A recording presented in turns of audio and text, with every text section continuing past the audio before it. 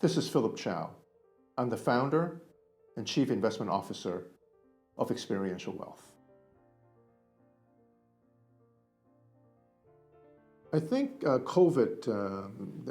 this fatigue, COVID fatigue is going on. There is a resurgence of COVID that nobody wants to talk about, but just about daily I hear from people that they got COVID.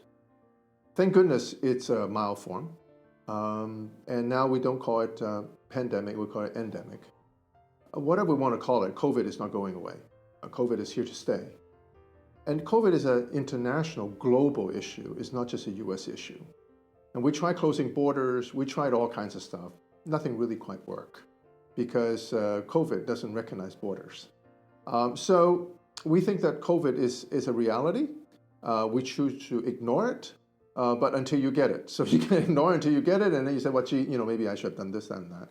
People are just basically tired of it. What does all this mean? Well, for the US, it's just, we're not going to have a shutdown. We're just going to live with it. But it does have some economic impact. But how much is very hard to quantify, depending if there's a uptrend, downtrend, resurgence. I do think that as usual, come winter, when we no longer hang out outside, we're going to have COVID back in a more meaningful way. And that may have some, on the margin, economic impact.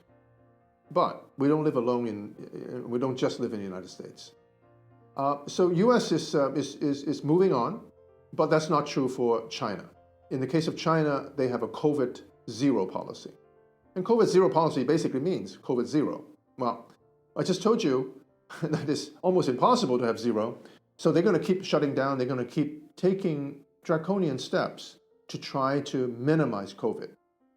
Great expectations, but I don't think they're going to get there. Along the way, it's going to hurt the economy, which is already showing signs. I think they're barely 0.4% was what their second quarter, 0.4, which is basically zero.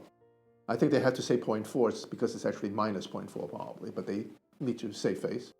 So I think what is going on now is that they are going to change their internal policy, but publicly they're going to continue to say zero COVID. But even if they change internal policy, it's still going to have an impact on their economy, which is the second largest economy in the world.